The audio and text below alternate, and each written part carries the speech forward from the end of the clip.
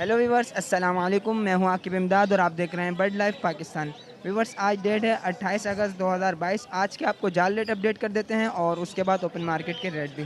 तो आइए सबसे पहले आपको जाल रेट अपडेट करते हैं। अस्सलाम वालेकुम। वालेकुम सलाम।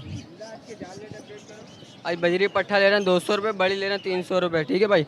ग्रे कॉकटेल ले रहे हैं बड़ा 2500 रुपये, पल बड़ा ले रहे हैं 3200 रुपये और वाइट बड़ा ले रहे हैं 4500 रुपये ले रहे हैं।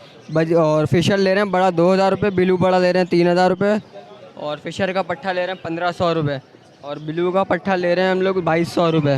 वाइट जावा ले रहे हैं 4500 से 5000 रुपये की। सिल्वर जावा ले रहे हैं 5,500 से 6000 रुपये की, 6.5 भी ले रहे हैं।